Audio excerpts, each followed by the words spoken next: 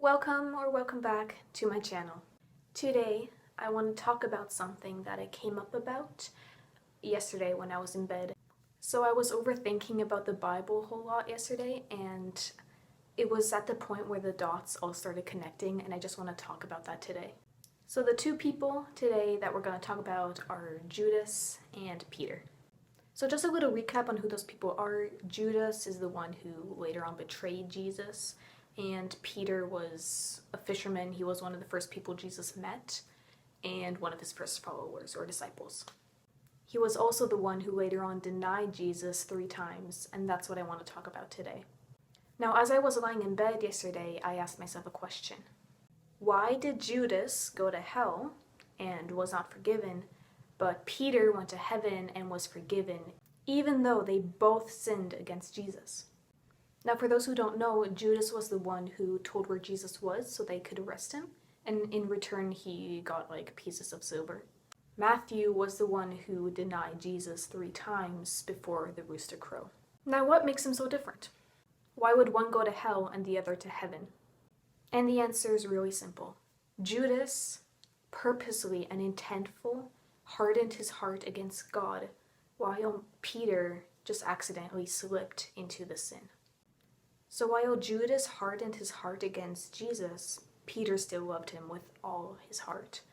And so when Peter sinned, Jesus was able to forgive him because it wasn't on purpose. He acted out of, instinct or whatever because he was scared, while Judas purposely planned his betrayal, and therefore he wasn't forgiven because he wasn't sorry. So Judas was planning his sin while Peter just accidentally slipped into it. And that leads me to a different thing. So some people say Jesus died for our sins, so now we can sin without being punished. And that's not true. You see, if you're planning to sin against God, then you're acting like Judas because you're already hardening your heart against him. But if you try your best to not sin, but you still somehow commit one, then God knows it wasn't on purpose, and therefore he will forgive you. Now, that doesn't mean that if you purposely commit a sin that God will never be able to forgive you. That's not what I'm saying. But there is a difference. So yes, Jesus did die for our sins, but that doesn't mean that you can just go and sin whenever you want. So you should try to live a life without sin. And even God knows that that's probably not going to happen, but as long as you try, he will forgive you and still let you into heaven. There is a reason why it says faith without works is dead in the Bible. Because if you have faith, if you believe in Jesus, but you don't act accordingly, then you don't show your love for him.